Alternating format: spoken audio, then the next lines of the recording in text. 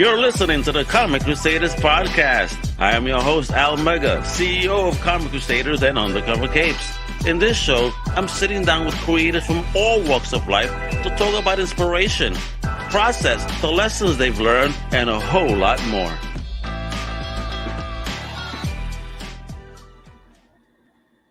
Hey, yo, what up, everybody? Welcome to a brand new Comic Crusaders Podcast. I'm your boy, Al Mega. Welcome, one and all. Today, I'm excited.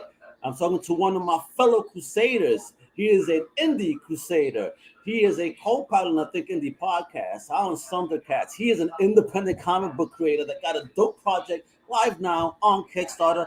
Let me introduce the one, the only, the very talented Mr. Paul Rabbit Gomez. Hey, how you doing? How's it going, Al? Thank you for having me, and it's. I just really want to say thank you for having me on, these great shows that you basically host and have us for, so we can talk and get things out there to all the people out there.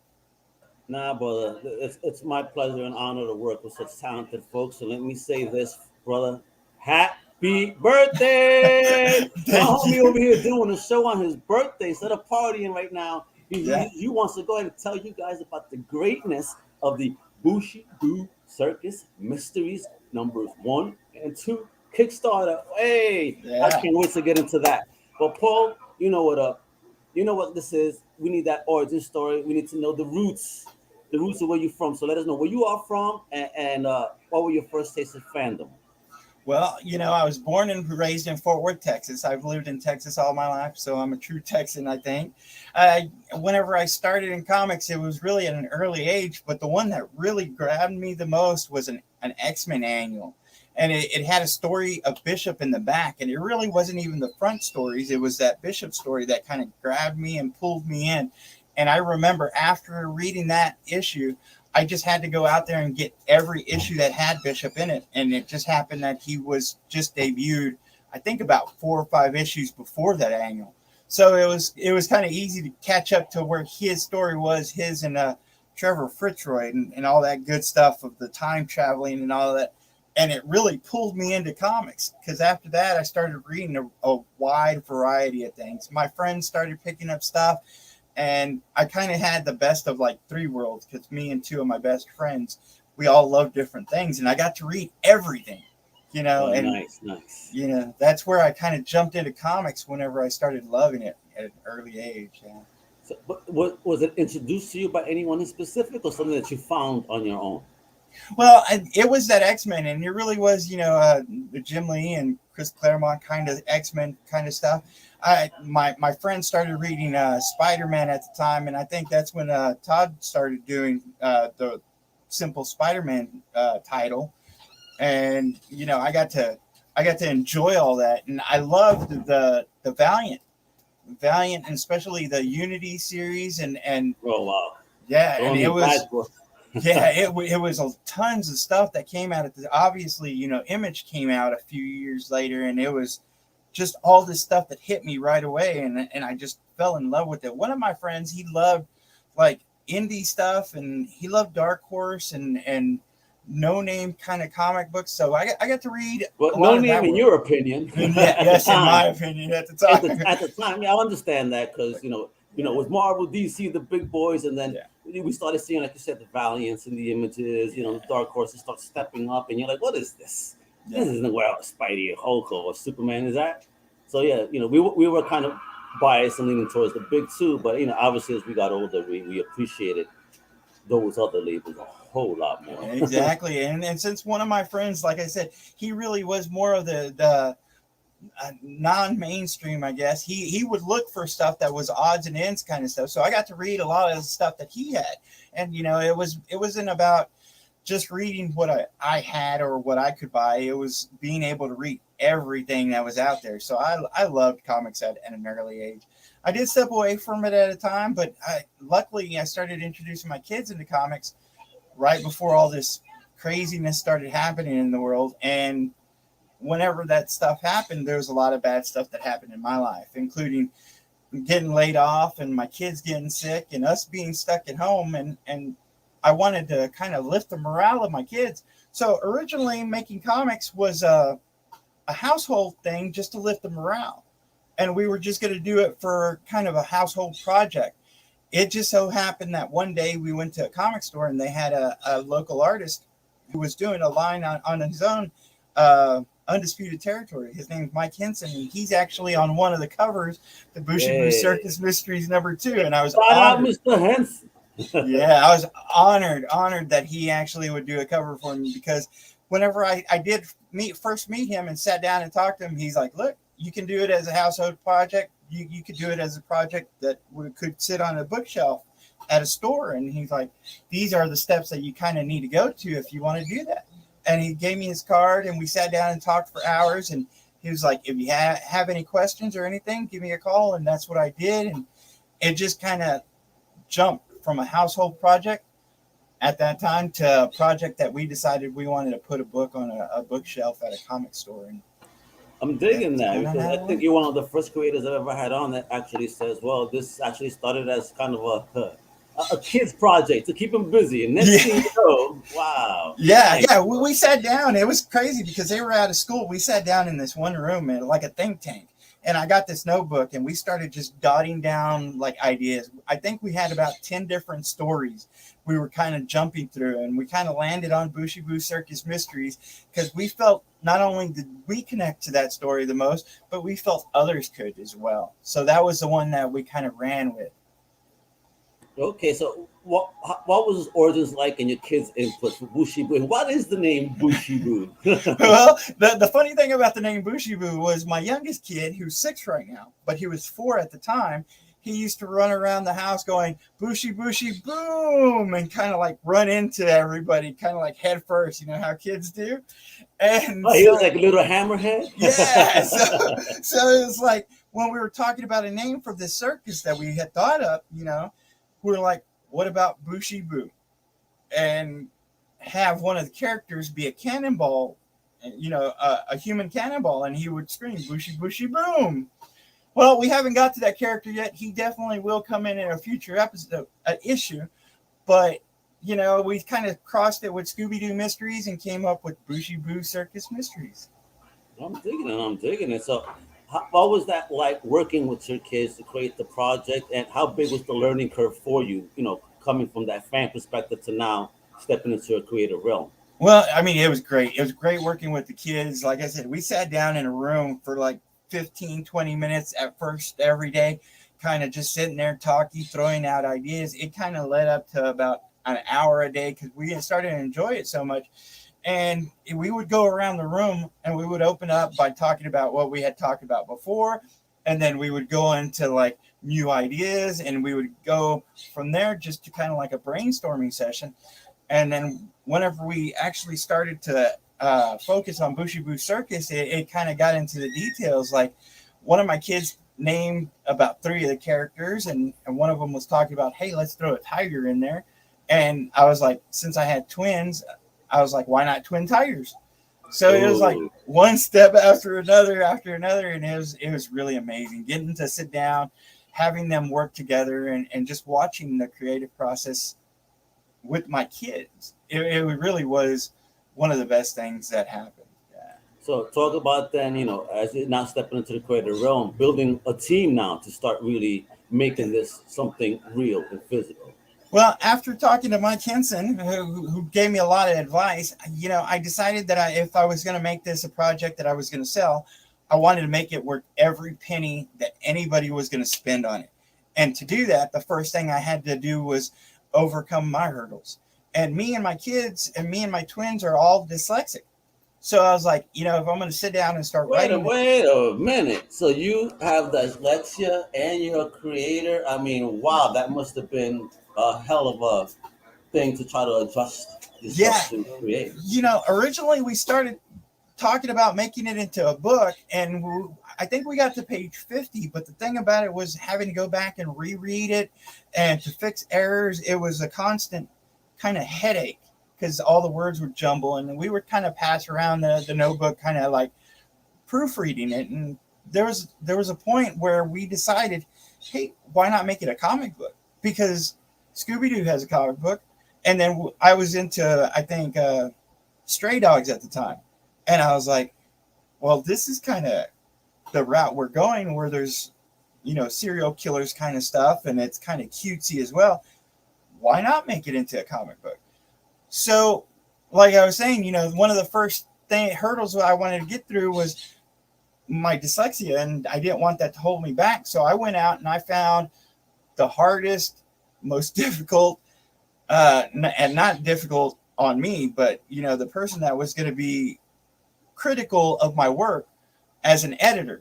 You know, I went out there and I started interviewing them, and a lot of editors were like, "Oh, I'll have it fixed within a day," kind of thing. "Oh, it'll be easy, no problem." And I didn't want someone who was going to be a fly-by-night kind of. And I'm not saying these guys were. I'm just saying they sounded like it. I wanted somebody who was going to be like, "Look, if your work is bad, I'm going to tell you. I'm going to tell you how to fix it. I'm not going to fix it for you, but I'm going to make sure it gets done. And we're going to spend as long as it takes to make sure it's right." And I happen to have come across an Eisner Award winner, as a matter of fact. Wait a minute, I gotta understand something here, though. Again, you're a newbie in this. So Yes. where did you even begin to learn how to look for an editor? Like, where were you looking? Oh, give us some of that secret sauce, bro. Well, I started looking on Facebook, as a matter of fact. You know, I was like, whenever it comes to finding people and looking for stuff, you go on Google and start looking stuff up. And obviously I had this one friend who was giving me advice, and he was like, you know, Google is a great place. There was also Deviant Art, and there's a few other places that I looked, but where I found him was really Facebook groups. And, you know, I started posting stuff. Hey, I'm looking for an editor, kind of help a new person out. And, you know, that's whenever I started interviewing people. Of course, you know, I knew it was going to cost a little bit. And so I wasn't really worried about that aspect. I was just worried about the fact of making sure that my story was right. Not in the perspective of, you know, the words, but more like I had studied how to make a book and how to make a script for a TV show, but I didn't know how to make a script for a comic book. I didn't even know there was a thing. You know, I didn't know anything about panel flow. I didn't know anything about page turn, establishing shots. And I got lucky finding this editor because he started teaching me everything. He was like, every detail, whenever it comes to panel flow, moving from one panel to another, whether you're changing the page at a certain time, those establishing shots, especially on that first and last page, he started teaching me the details of, you know, pencils, inkings, and colorings. Even though I wasn't the artist, he was like, you're going to have to spot these things, because if you're going to hire someone, you don't want to just hire anybody. You're going to have to spot somebody who's good at penciling, someone who's good at inking, and someone who's good at coloring. And my honestly, I thought it was just like one person who did it all. But that learning curve was absolutely real, huh? Yeah. And I had plenty of time because I had just got let go from my job. So what I would do is with my spare time is, you know, I would put on YouTube how to do it stuff, and I would start reading articles, and I would start looking at stuff that he would tell me to do for like a week on end. And, you know, I didn't know how to do a script. So he sent me like 2 scripts, and then he's like, also go look at these guys' scripts, you know, Google this and look at these scripts. And by the end of the week, I want you to come back and tell me what you've learned, and let's see if you can get your story into a script. He sounded like a teacher. You know, let me see what you learned, because I'm going to grade your ass on this. Yeah. and by the time I got Booshie Boo Mysteries, the script written out and given to him, he was like impressed at how far I had jumped from not knowing anything to having learned all these details. But I mean, I was dedicated. Like I said, any and every penny that's spent on any of my products, I want it to be well worth your hard-earned money. Because myself, I don't have much money for anything. and I always hated spending money on a comic book and then being disappointed because I could only get 1 or 2 a week. And it was a filler comic, or, you know, one of these comics that really didn't move that story along. So I wanted to make sure that there was impact in every one of my comics to make it worth it. And okay, Folks, that's a real creator right there that actually cares about the end product. Yeah. You know, absolutely. And I get those filler issues, man. I know nowadays books because of $4.99. I don't want no filler. There better be a couple of deaths and murders and some plot movement, because if not, I'm not going to chew anyone out. But best believe I ain't spending my money again. Well, and the main thing is there's got to be at least some plot movement, some character development, something that really enhances it. I mean, sure, you can have a filler story, if you will, but really, if you're going to do that, you really got to throw other stuff in there. And I felt like there was a lot of books that were just mailing it in. I hadn't really read too many independent comic books. I would think it would be about like 80% mainstream and like 20% independents that I had read before I got to this point. But it was like, if they're making these comic books and they're just making them to sell them, to look pretty, well, I mean, why can't they put the effort in making that story matter that much to make you be moved? And that was one of the things I wanted to do. In every one of my comic books, I wanted you to say, wow, at least one point in every one of my comics. Well, guess what? I know when I was at MegaCon, thank you for your donation. Let me tell you, we put massive smiles on people when they were looking through the book. Just their eyes and their mouth. Some of them with their jaw, like, oh man, like this is indie. I'm like, yes, it is, by an awesome creator. So thank you for doing that. You definitely put a lot of smiles on fans at that show. I'll tell you that much. And I actually want to start. I want to show the little trailer you got on the Kickstarter, and I want to start getting into the whole world of Booshie Boo and more that you've done. All right, so folks, check this out. It's actually pretty cool. You're gonna enjoy this.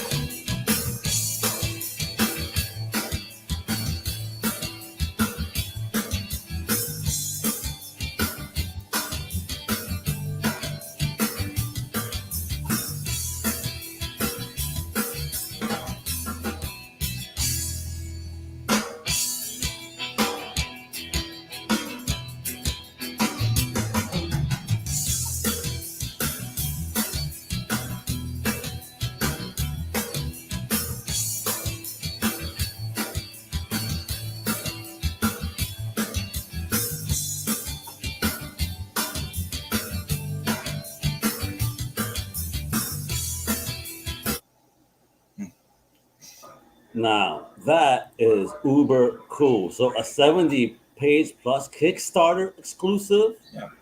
Not available anywhere else, but only on this awesome Kickstarter. Only available on Kickstarter. And that's going to be those first 2 issues. That's going to be 65 pages of Booshie Boo Circus Mysteries story. Then I've got an exclusive story that I'm putting in there, a short story that I did for an anthology that didn't get picked up. And I didn't want it to go to waste, and I decided to put it in this exclusive for the first time ever. So you're going to be able to read this script, this short story that I put, and it's my first kind of jump into romance, I guess you could say. Hey, man, wow, the rabbit got some romance here. Yeah. Hey. Yeah. And then some concept pages. It's going to have some beautiful artwork from the cover pages, and it's going to have a little bit of something extra as well. I mean, I think we last added it up to about 80 pages. And right now it's on sale this week only for $13. What? Wait, yeah. What? That many pages for only $13? That's it. Whoa. And talk about 6 different covers. Because look, folks, check this out. The project is at 69% of the goal with 19 days to go. Looking for G, he has 693. So make it rain on Poli G. Come on, one and all, make it happen. So let's get into the awesome project. I mean, look at that, Mysteries issue 2. Obviously this is the second part of the user introduction. Combining it with the first issue. For an amazing amount of pages. So introduce us to this world, because at least in that trailer, beautiful panel work, beautiful art and coloring. I love the whole placement of everything. Wonderful work, bro. So obviously you could tell that you put your heart into this. Thank you. So really explain the world of the whole Booshie Boo, the characters. I mean, are these mainstay characters, constants in the story? Like, who are they? Well, I tell people it's really a Scooby-Doo meets Criminal Minds kind of story.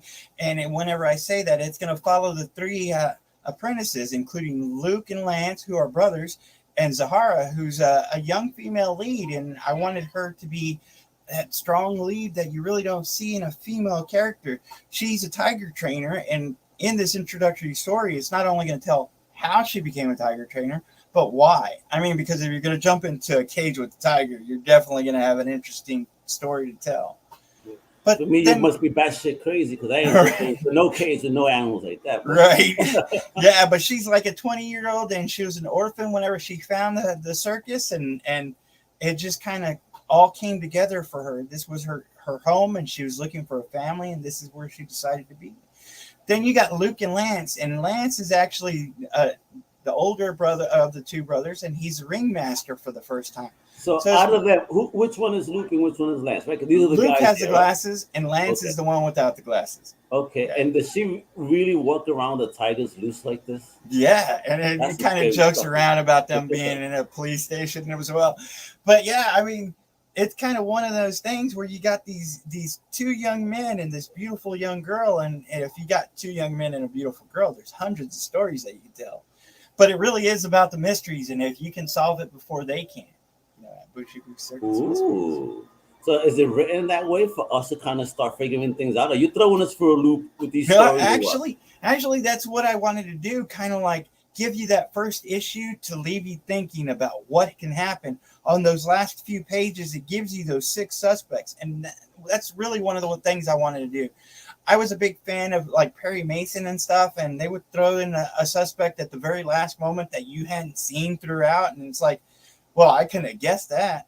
But in my stories, I'm going to have that suspect in there for you to guess before it actually gets to that ending. And that's one of the main things that I wanted to do with my story.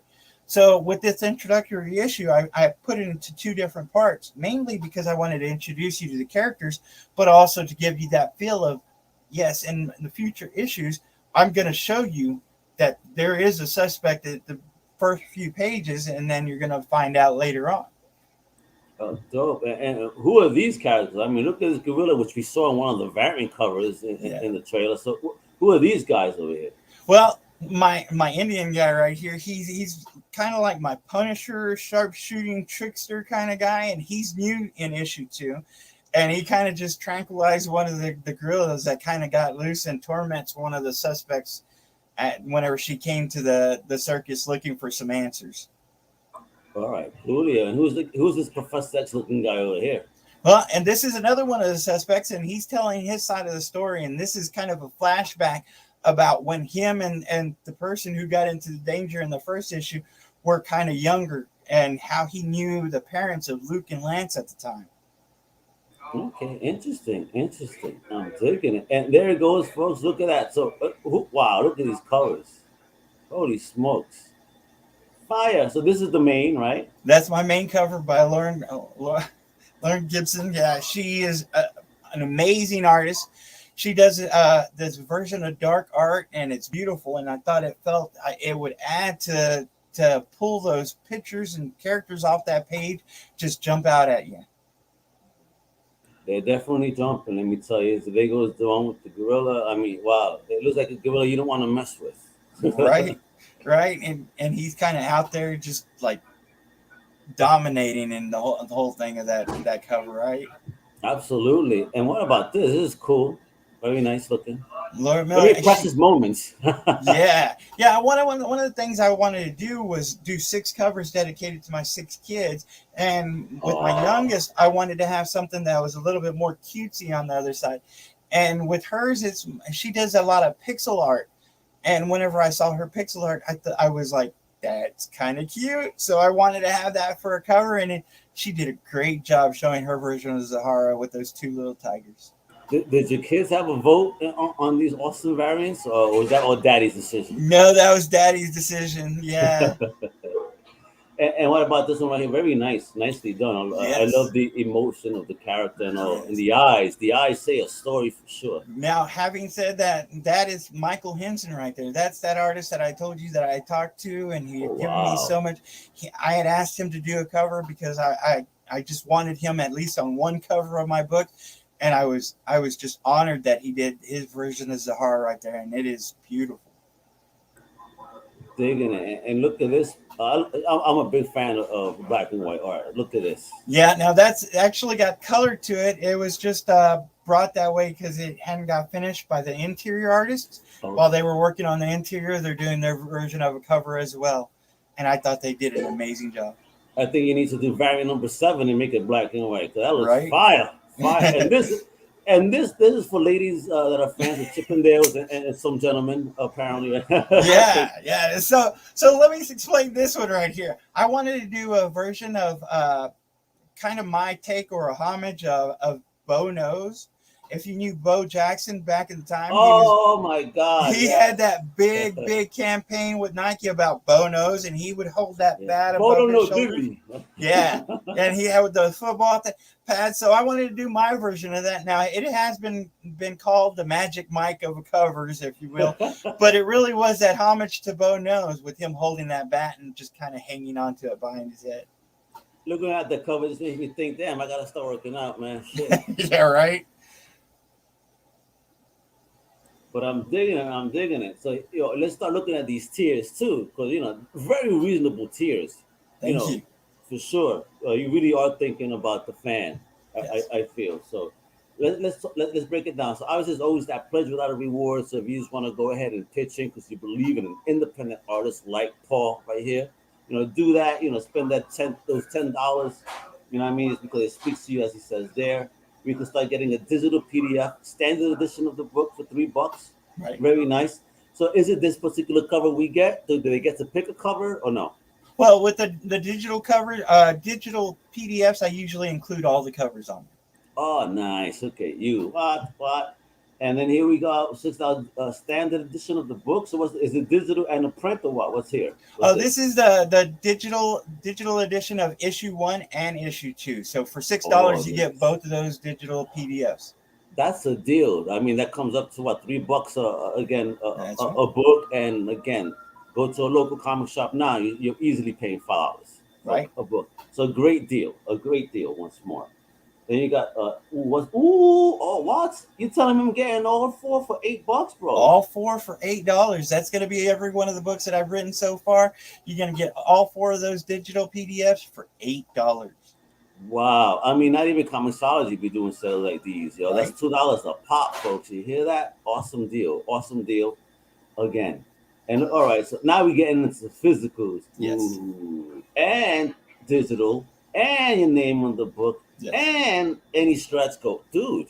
Yeah. For $8? For $8. Wow, how did you figure out this pricing, man? Shit, you really are caring about the fan. And like I said, I don't really have that much money myself. And whenever I was younger, I didn't have that much money. For $8, you're going to get that physical book. You're going to get the PDF, the digital version of that book. You're going to get your name in the book, but you're also going to get the stretch goals whenever we put them out there. And so depending on how far those stretch goals are going to go, is going to depend on how much more you're going to get in there.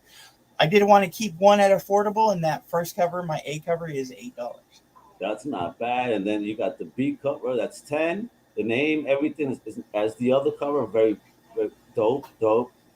So the rest of the variants are going to be about $10, right? About $10, yes. And again, including the digital PDFs, folks. All right, and your name in the book too. That way, you got some swag to show your friends and be like, "Yo, look." Yeah, wonderful. My name's in a comic book. Look at that. And again, for the fans of this, you got that joint too. You can put that up on the wall. Whoa! For $12, I'm getting physicals. For $12, you're going to get those physical A cover comics. Now, here's the thing. With the A covers, like I said, I wanted to try to keep them affordable for everybody because not everybody can afford those higher prices. But if you wanted that complete story, that 65-page story right here, you get them both for $12. You get the digital PDF of issue 2. You get your name in the book. And again, all those stretch goals, if we get to them, as far as we get, we'll determine on how many you can get as well. And again, I mean, that's a lot of pages. If you go to a Barnes and Nobles, your local comic shop, that's the size of a graphic novel. Yeah. And you're not getting any graphic novel for $12 unless they're having a half price sale. You know what I mean? Right. Wow, yo. All right, I'm about to make it rain. Oh, and here we go, because it's his birthday week, folks. And on this birthday week, you have a kick-ass sale going on for War with the Kickstarter Exclusive. Talk about this, kiddo. This is issue 1 and 2. Again, that's 65 pages of pure Booshie Boo Circus Mystery stories. 65 pages, and then after that, you're going to get 2 pages featuring all 12 covers. So those covers are going to be inside for you to kind of see and enjoy that art. But then after that, you're going to get that exclusive story that I have not released anywhere, which is called Cherry Blossom. It was a romantic story that I originally was just going to put up and put in the back, but I had a few of my friends read it and they loved it. One of the girls actually cried at the end of it, and I was like, I'm gonna put it on that Kickstarter exclusive and see if other people like it as well. Hey, listen, I ain't wrong with romance, because the king himself, started, kind of started that whole romance genre along with the other legends back in the day. So, and it's time. We need to have some love in the books too, bro. Yeah, and like I said, me starting out as a creator, I definitely wanted to put my genre and my range out there for people to see. So I definitely wanted to throw that out there after I had wrote it, and after I had gotten such a positive response from the few people that had read it. And on this right here, this Kickstarter exclusive, again, this is going to be limited to how many ever I sell on Kickstarter. There are going to be about 5 extra that are going to be printed, one that I'm going to keep, obviously, and one that I'm going to give to gifts of some of the fellow creators, but it's going to be limited to the Kickstarter order. So if there's 5 of them ordered, I'm probably only going to print 10, one for me and a few of my friends. And then it's just going to be those 10 that are going to ever be made. It's going to also... I see it, because right here, that's what I'm about to ask you. You tell me you're going to sign it, and what do you mean a special letter? Hey, that's dope. I am. I'm going to write a special letter to everyone who buys this, and it's just going to be specifically for those people who buy this exclusive. And then I am going to sign each and every copy for them and make sure that they get it. I think that's a great idea, and I'm digging it. And is this how the cover's going to look? It's black like this? And nice. And I will have my signature somewhere in the middle there. Awesome. Whoa. I mean, you never know. I might decide to do a remark or something. I've been practicing drawing myself. Exclusive stuff there, folks. I'm telling you. Check it out. Oh, whoa. My homie is going 90s. A foil copy? Yeah. How did that come up in your idea? Well, those foil covers, they look beautiful and shiny. And with Lauren Gibson's cover, I figured that's going to just pop out off that page a little bit more. So we wanted to put that here on this Kickstarter for $20. And I think that's a great price for that cover being foil. Yeah, I mean, foil covers are like comic book bling. And hell yeah, for $20, that's the cheapest bling you could probably buy. And then so you doing this for several of the covers? Nice. I'm doing it for both my first A issue and B cover, just for those 2 right there. And I think those are going to look great. And that's a Kickstarter exclusive without the sale, $26. Gotcha. So folks, remember, look, you better kick in this week and kick in now, all right? Because you have up to the 14th, all right, to get this one at that $13 price point. So don't mess around, folks. Get it done. Otherwise, it's gonna be $26, huh? Still worth it, but jump on that sale, yo. Show the love. Absolutely. Ooh, $35 for both.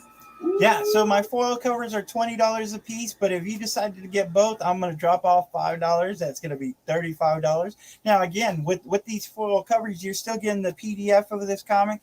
You're still getting your name in there, and you're still getting any and all of the stretch goals that we get to. And what I'm digging here, which is very cool, you're limiting this to 30. Yeah. So, again, total exclusive, 30 people in the world will have this.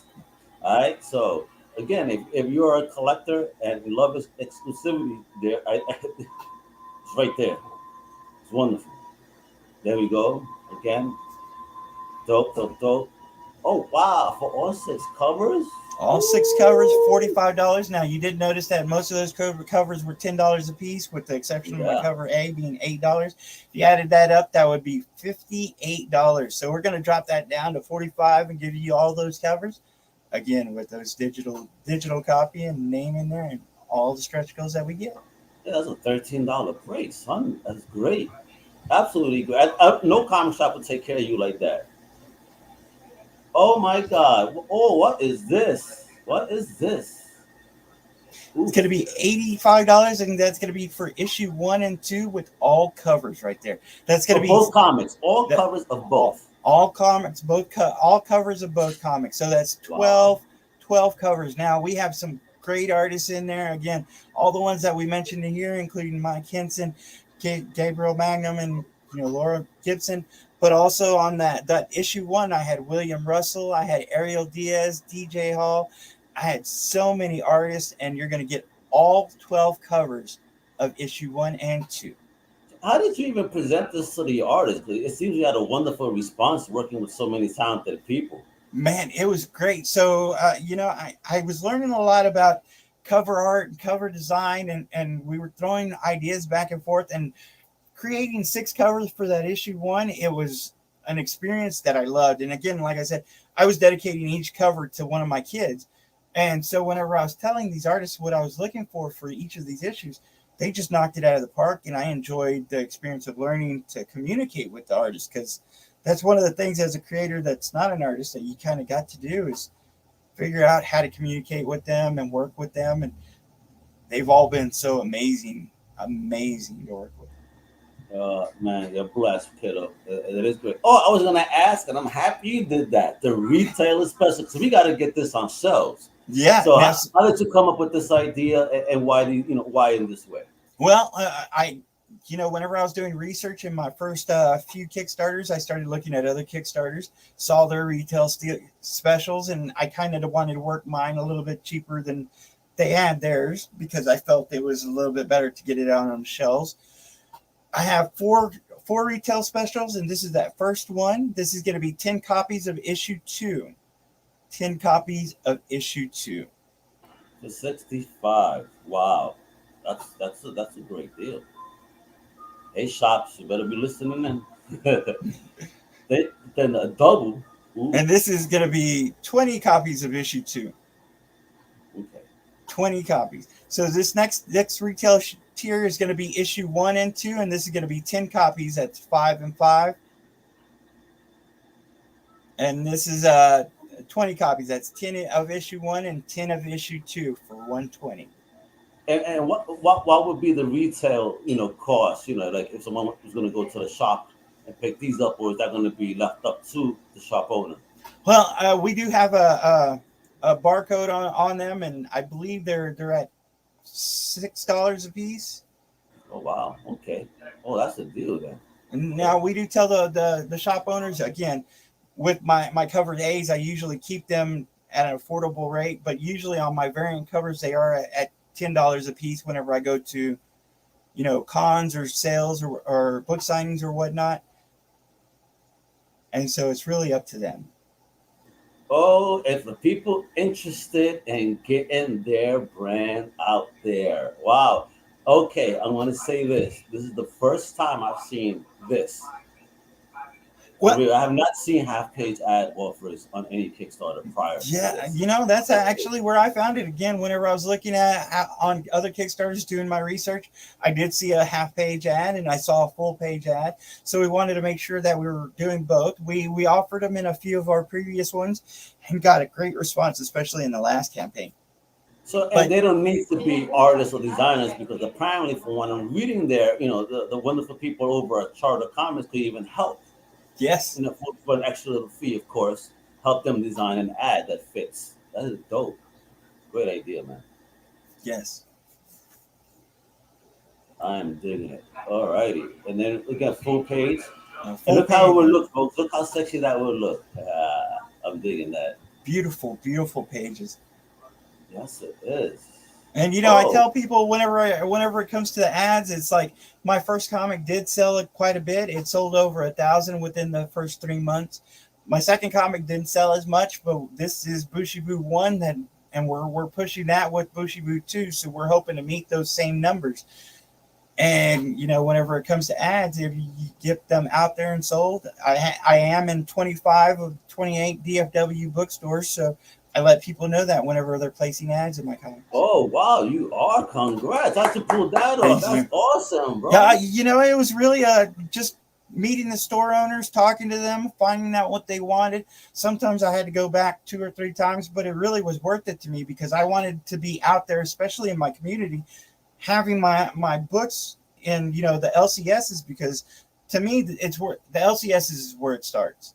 You know, it's where I first found my comics. I know most of my friends first found their comics in LCSs. So I definitely wanted to be in my LCSs around here. That's amazing. And what's this? A meet and greet? What's going on here? So I wanted to put a tier out there that was a little bit special, I guess you could say. I did, whenever I was doing research, it said put a high price tier and give something of great value.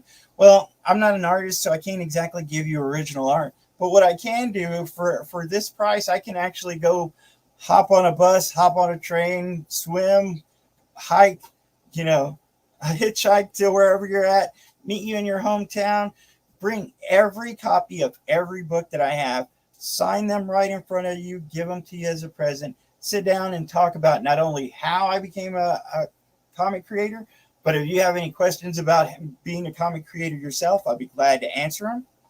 I'm glad to talk about the stories that I've written, if you've read them and if you want to talk to. Of course, this will come with a digital PDF of all my books, so it's like you'll have that before meeting me, and there it is. Oh, that's awesome, man. I like that idea. Hell yeah, bro. I mean, then in a special delivery, who needs FedEx when you got Paulie G? That's right. I'm digging it. And okay, that's the whole creative team. Excellent. You got Brian Escuda, pencil and edge, Gabriel Roldan, colorist, McLean McGuire, letters and design. Chuck. Oh, I know Chuck. Okay. Yeah. Yes, I know Chuck. Yes. Awesome. That's great, kiddo. This is amazing. You have a wonderful offer here, a beautiful looking book. I mean, and again, I want to kind of touch base, really quick before, we finish the show, because in one of the packages you offer the Ptsd and Cryptic Haze. Can you give us a little bit of information about those 2 books, and what they're about? Sure. Ptsd was my first book that I put out, and it really was a passion project of mine. I wanted to talk about mental illness and awareness in a unique way that kind of would bring up the conversation. And whenever I found this artist, Sam Espina, you could see his unique paneling is something that you just don't see every day. But also the way he could change the tempo of a page with his color palettes.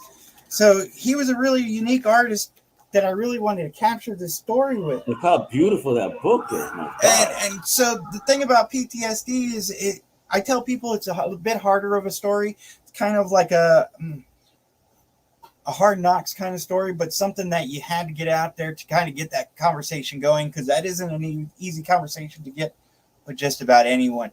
And that was my first book that we put out, PTSD, and it's been amazing, a ride with that. My last book that I put out, which was Cryptic Haze, it really was a homage to Batman's The Killing Joke. I mean, look! Oh, wow! Look, you see that coloring and art, folks? Yeah, it's gorgeous. I mean, it was a story that really was like I said, Batman's a killing joke. Where if you're pushed to that vulnerable position at that edge, could somebody change in a day? In this book, he's really dealing with the tragic heartache and gets offered this amazing gift of mind control, and what's he going to do with it? Is he going to do good? Is he going to do bad? What are going to be the results? I tell people it's my version of the monkey's paw, and kind of how that kind of goes along, but it's really my thrill ride of a story. I'm digging. So what if some people were interested in getting, those titles now? Where would they go? Well, they're going to be added on to the Kickstarter. If you want to buy one of the issues of Booshie Boo Circus Mystery 2 and get that as an added on. Of course, you're going to have that in that PDF for $8, that package of all four. But of course, you can also go to chartercomics.com and not only get my books, but every one of the books from the publisher of Charter Comics. Very nice, very nice. Charter Comics, salute. I like that. An independent publisher, making sure that independent creators, again, out there noticing. Beautiful books, brother. Amazing. So I think you kind of touched on this, very briefly about conventions. So I always got to know, are you going to be doing any conventions where people could meet you personally? Yeah, as a matter of fact, I am. I'm scheduled for 3 until the end of the year. I think I'm going to be at Hub City Comic Con in about 2 weeks. That's going to be in Lubbock, Texas. I'm going to be in here in Fort Worth for Cowtown Comic Con. That's going to be in October. Cowtown. Cowtown, yeah, Cowtown. And then I'm going to be in Abilene, which was my first Comic Con ever. And I'm going back there for the second time. That's going to be in November, I believe. How's the foot traffic? I mean, you're talking to guys from New York and I've been Northeast and in Florida. What's the scene like in Texas? Well, I mean, it was a little bit slower about a year ago, but everything's been picking up. I mean, this past 3 or 4 months, I mean, it's been amazing. The fans have been coming out. Ours have been filling up. I went to Dallas Fan Expo and it was so packed. It was huge. All the stars that came out. It was a great experience and I loved it. I'm hoping that these next cons are going to kind of be the same way because, like I said, the first few cons, they were kind of a little bit on that edge where everybody was still kind of worried about getting they're scared. They're scared. Yeah, I get it. But I mean, I love the cons. I think the best part is meeting the people, talking to them. I had this woman at my last con. She came up to the table while I was talking to this gentleman. She's like, "Oh my God, you're Paul Gomez. You've written the best comic book ever." And I remember this gentleman I was talking to, his eyes kind of lit up and he's like, "Well, I'll buy every one of your comics." Oh, what? Did you give a commission? Because that was perfect timing, right? She bought another one of my comics because she hadn't read Cryptic Haze, and she, I made sure to give her a special discount. But yeah, it was, meeting these customers, these fans, these people who are like me, who are fans of comics. That's the best part. I can't imagine the smile and pride you must have felt in that instant. Like, wow, thank you for appreciating me. Yeah. No, I would have never thought, and it still boggles my mind whenever anyone asks me for an autograph or comes up to me and says that they love my comic. And it's like, I just appreciate it every time. Did you cry the first time? Let me tell you, the first story that I ever had of a customer coming back was at that Abilene Comic Con. He bought my book one day and he was like, "PTSD, I'm going to be critical about it and you'll hear about it." I'm like, "Okay, I understand." And he came back the very next day and he was like, "I only bought a ticket to this Comic Con for Friday." And I kind of was like jokingly, I was like, "I think they look down on that if you don't have a ticket for Saturday," because he was there on the second. He was like, "No, you don't understand. I read your book and it moved me to the point that me and my wife had a conversation that needed to be had." Oh, and wow. After that, he was like, "I held her and I knew I had to come back today and shake your hand." And that was after my first Comic-Con. So it was like, I mean, I was just shocked that anybody would be moved by anything I wrote. Oh man, that gives me goosebumps right now. I'm so I see you. You kind of almost getting emotional.